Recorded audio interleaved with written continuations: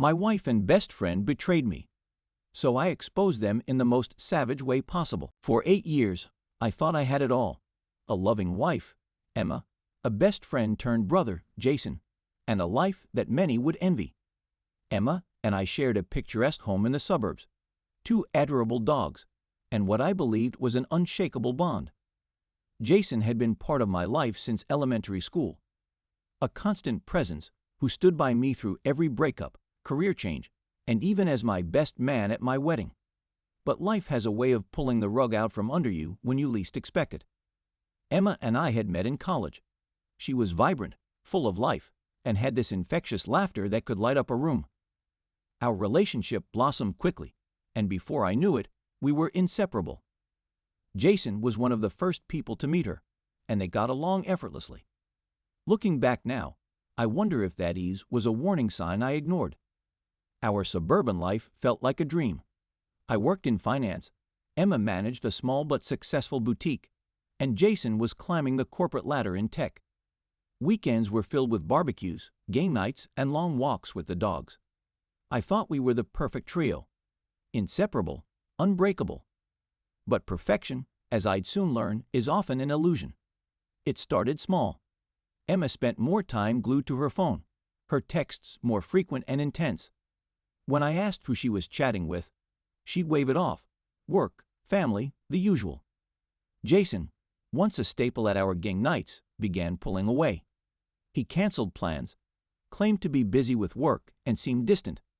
I chalked it up to his recent promotion, but something about the changes gnawed at me. I remember one specific night vividly.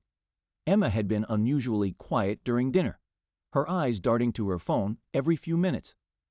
When I asked if everything was okay, she smiled and said she was just tired. Later that night, as I lay in bed beside her, I couldn't shake the feeling that something was off. Her laughter, once so genuine, now felt hollow. Jason's excuses for missing our weekly hangouts became more frequent, and though I wanted to trust them both, doubt had begun to creep in.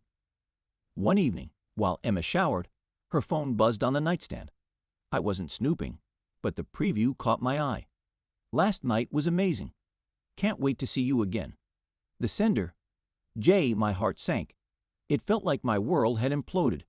Emma and Jason, my wife and my best friend, were betraying me. But I didn't confront her immediately. I needed proof. That night, as I lay awake, memories flooded my mind. The way Jason's hand lingered on Emma's back during a photo, the shared inside jokes I didn't understand, and the late-night calls Emma claimed were from her sister. The pieces were starting to fit together, and they painted a picture I didn't want to see. For weeks, I played the part of the clueless husband. Behind the scenes, I installed tracking software on Emma's phone and set up hidden cameras around the house. It felt extreme, but I needed undeniable evidence. And evidence I got: late-night meetups, affectionate texts, incriminating photos. It was all there. The hardest part was pretending everything was normal. I'd sit across from Emma at dinner, nodding along to her stories about work, all the while knowing she was lying to my face. Each new piece of evidence felt like a dagger to the heart, but I'd made up my mind to see it through. Confrontation wasn't enough. I wanted them to feel the weight of their betrayal. My revenge began with finances. Over a month, I transferred most of our joint savings into a separate account under my name. Then, I met with a lawyer to draft airtight divorce papers and ensure my assets were protected.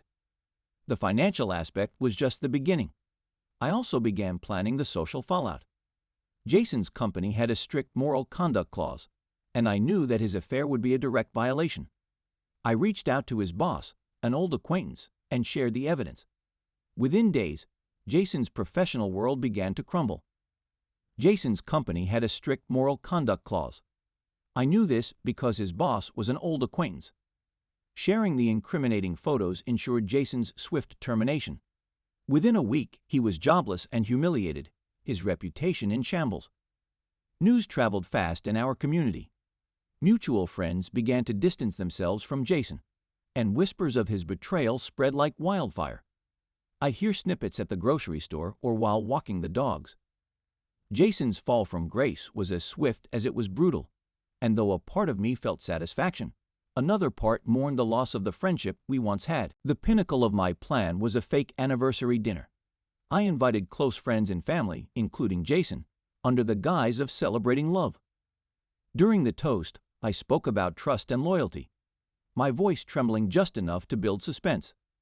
Then, I unveiled a slideshow, wedding photos that transitioned into incriminating images of Emma and Jason. The room erupted in gasps and silence. Emma went pale. Jason stammered excuses. The reveal was everything I'd hoped for. Watching their faces as the truth sank in was both painful and cathartic. Emma tried to grab my arm, whispering pleas for forgiveness, but I pulled away. Jason sat frozen, his face a mask of shame and disbelief. I handed Emma the divorce papers in front of everyone and told Jason he was no longer welcome in my life. Emma begged for forgiveness, but I was resolute. Jason moved back in with his parents, his life in tatters. Their affair collapsed shortly after the reveal.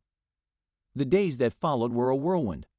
Emma moved out within a week, leaving behind the life we built together. I packed up her belongings methodically, each item a reminder of the betrayal. Friends and family reached out, offering support and solidarity. It was a small comfort in the face of so much loss. Therapy helped me process the betrayal, and I poured myself into work and hobbies. A year later, I started dating again, cautiously optimistic about finding someone who valued loyalty. Looking back, the experience taught me resilience. Hitting rock bottom gave me the clarity to rebuild stronger than ever. I also took up hiking, something I'd always wanted to do, but never made time for. Each step on the trail felt symbolic, a journey away from the past and toward a future I could shape on my own terms. The dogs became my constant companions, their unwavering loyalty a balm for my wounded heart. Betrayal cuts deep, especially from those you trust most. But revenge, calculated and methodical, can bring closure. Exposing Emma and Jason's deceit was cathartic. As painful as it was, I don't regret my actions. Life goes on, and so do I. Today, I'm in a better place. The scars remain, but they're a testament to my strength and resilience. If there's one thing I've learned, it's that even in the darkest moments, there's a path forward. And sometimes that path begins with letting go of the past and embracing the unknown.